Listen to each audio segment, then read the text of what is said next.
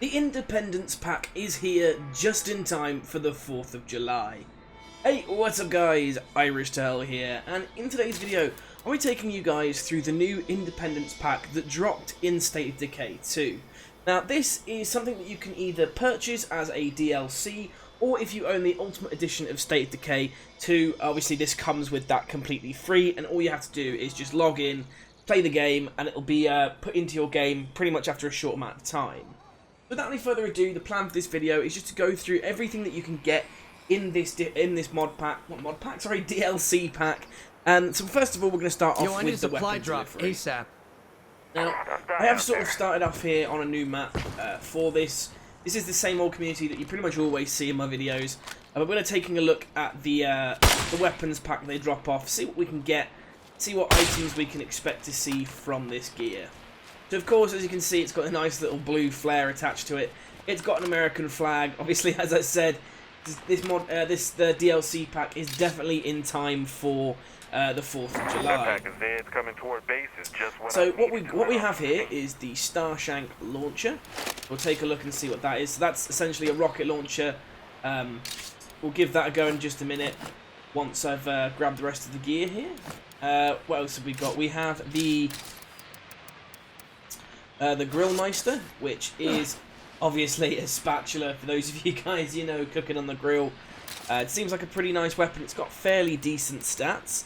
The weapon here it's comparing against is one of the high-level weapons that you can find throughout the map, so it probably won't be as good. Obviously there you can see the Dismember and Lethality are a hell of a lot more on the Bastard Sword, but generally speaking, I think that's a nice bit of a weapon there that you can get. We then have the Freedom Ringer. So this is another baseball bat. Again, though, it's got the American stars and stripes on it.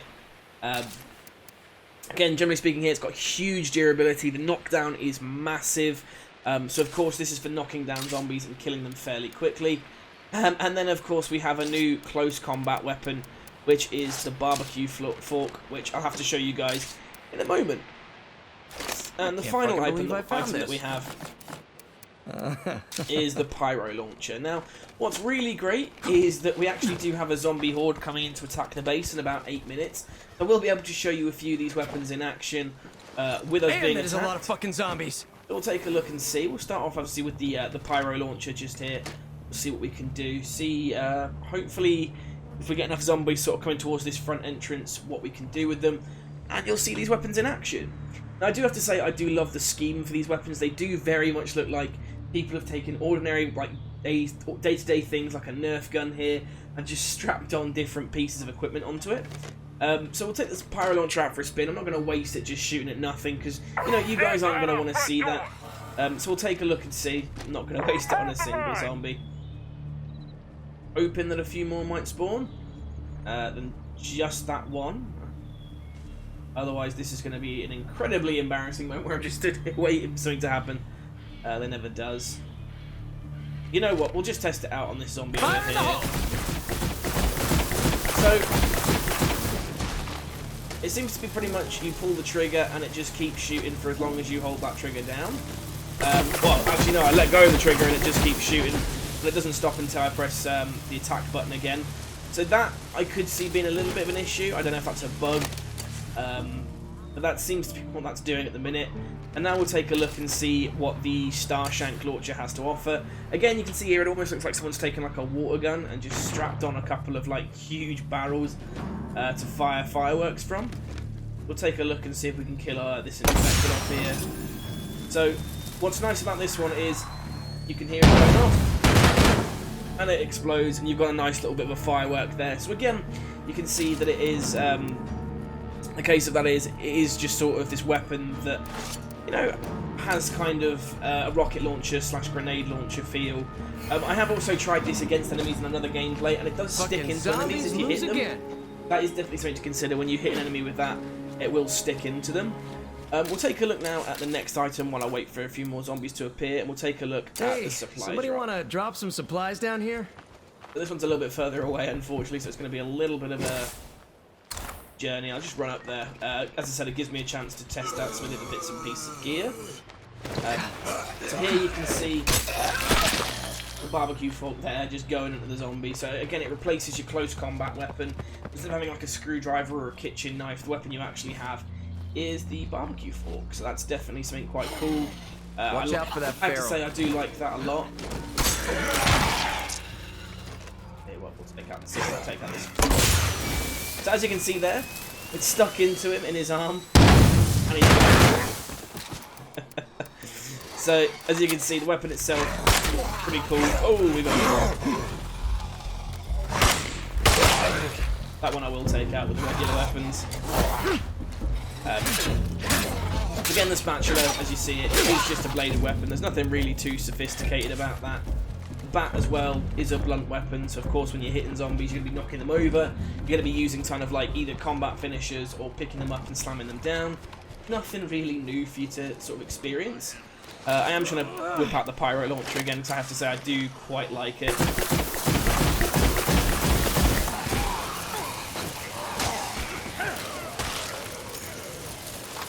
I do think that's pretty cool.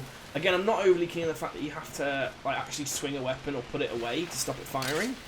So next you can see here we have the mods that allow you to make the equipment. So we have the fireworks crafting station. You pop this into a facility and it allows you to build all the ammunition for the pyro launcher, for the Starshank launcher. Basically it allows you to build that. And then we have all the different fireworks that we can use. So we're going to take a look at those. Just clear out my inventory a bit. I'm not wasting stuff. When he decides to... There we go. I'll just drop the last 3 bullets because I'm not overly fussed about that. And we'll take a look and see what all of these different items have to offer, what they actually do. And yeah, we'll see what we can do with them. Alright, so we're going to hop over here. Down into some open space a little bit. Again, obviously here you can see the weapon itself not necessarily lethal. It will just knock zombies over quite frequently.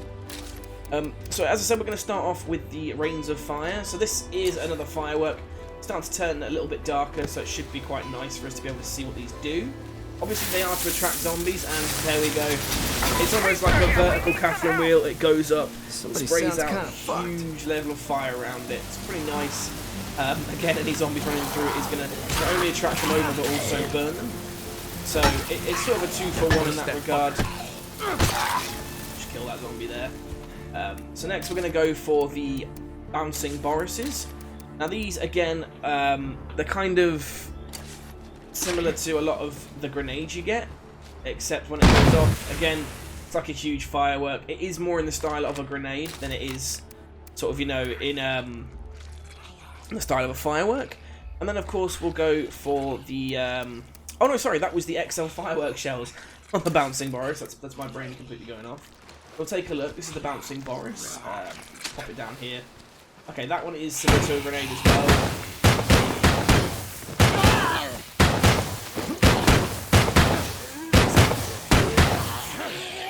I'm going to try and walk her into it.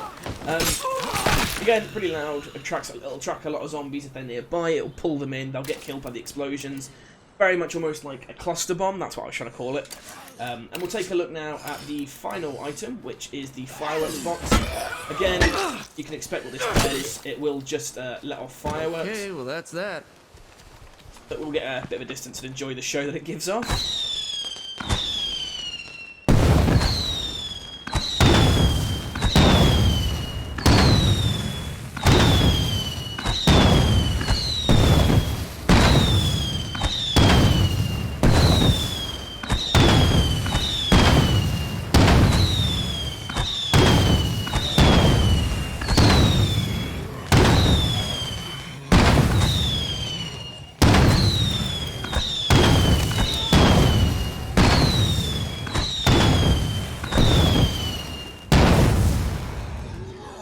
That's pretty nice, and again, just pulls all the zombies in. Nice and easy for you to take them out with your pyro launcher if you want. And of course we get the nice little sparkles there in the fire, just killing all the zombies. It's pretty nice. I have to say I really do like a lot of the stuff in this pack. Again, it is very 4th of July themed, as you can expect with the Independence pack, given that is American Independence Day. But yeah, it's for those of you guys that may be interested, that's some of the stuff it offers. So next we'll take a look at the vehicles. Now what I'm actually going to do is I'm going to pull all of these in together I'm going to get all three of them side by side so we can take a look, see what each of them look like, see what they kind of, how they work. So I'm going to actually come back to you guys once I've got them all out, once I've got them in front of my base, so we can take a look together and see what they kind of are, how they're going to drive, what sort of build like they are, whether they're small vehicles, whether they're big vehicles. So we'll take a look in just a second.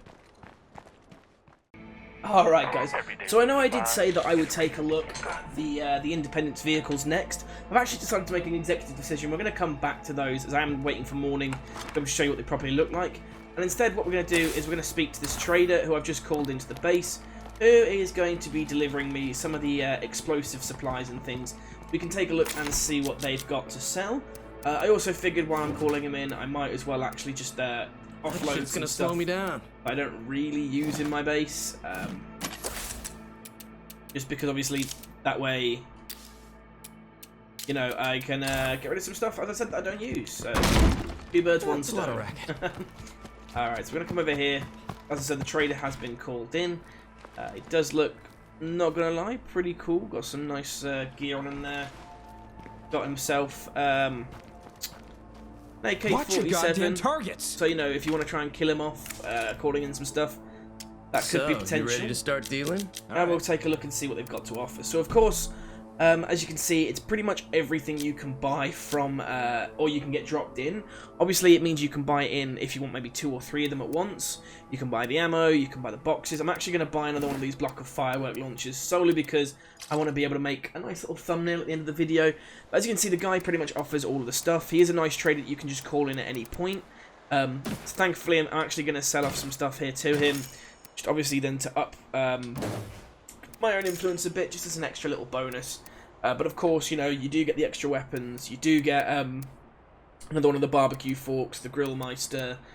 So all of the weapons are here. Everything you can get in the pack is pretty much here.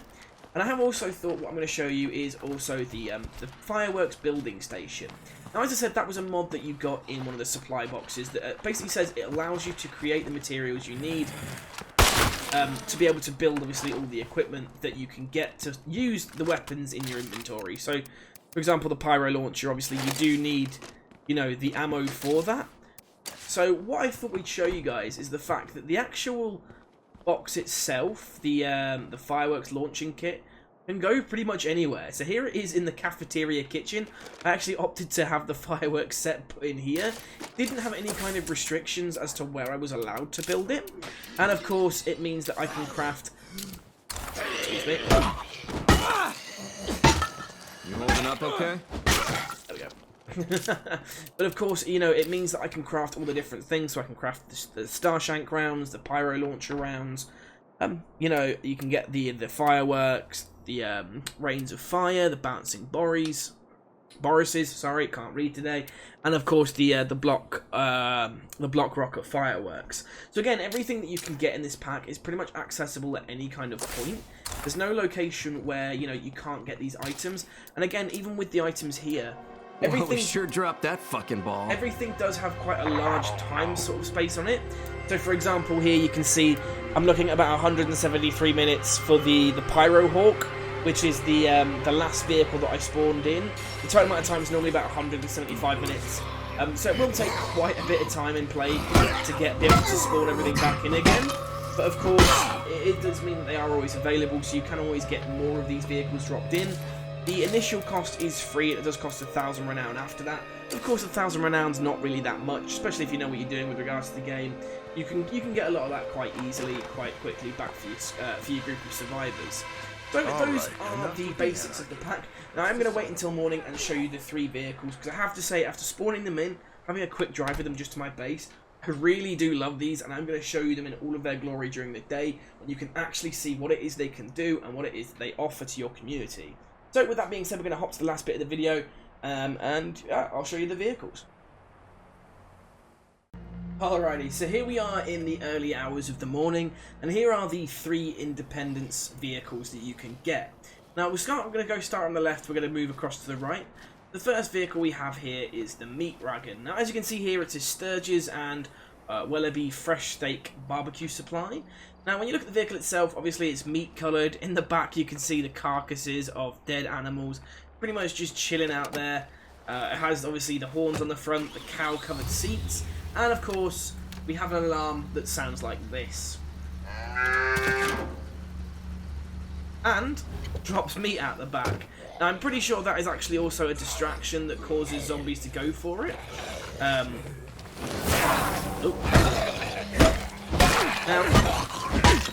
of the three, personally, you may want to thin out the infestations around here before not things my get worse. Ooh.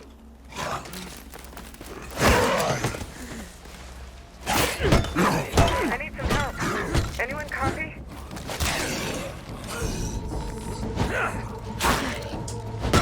Yeah, I'll be honest with you guys, I'm not a huge fan of this map. Alright. And with that being dealt with, even though it's playing music that I don't really want to be playing, we'll take a look at the next bit of equipment. So the next is, the next vehicle we have is the Burninator. Now this, very American, very much your Eagle, you know, it's got your stars and stripes, it's just a basic truck. Well, at least it looks like your basic truck. That is until we hit the horn button. And as you can see here, we have fire coming out of the side portions, the left and right. Now obviously when you do use that, it does increase the amount of fuel usage that this vehicle takes up. So if you are going to be using this vehicle on a regular basis, you probably want either a hero with the driving trait to improve the amount of fuel it uses, or you want a character with the hero trait itself, obviously, to waste less fuel. But I do have to say I like the vehicle. I like the fact that it has these fire sections on the side, as it does mean that you are able to get zombies off of the vehicle pretty easily. And finally, we come to the Pyro Hawk. Now this is my favourite vehicle of the three. It may be a small style vehicle, but I have to say the artwork on it looks amazing. As you can see, we've got all sorts of decals on the sides. On the top, we have the State of Decay logo. You know, we have the Bronto gas.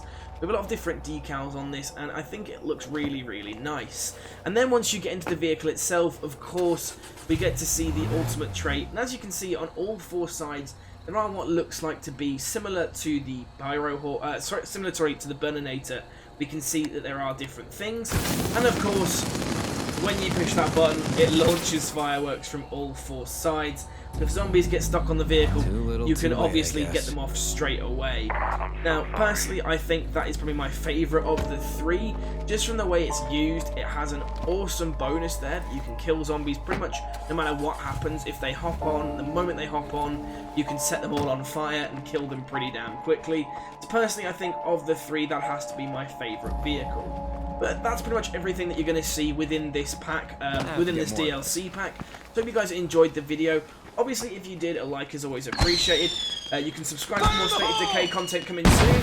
And obviously, if you dislike the video, the dislike button is just there. Other than that, guys, thanks for watching, and I'll see you in the next one.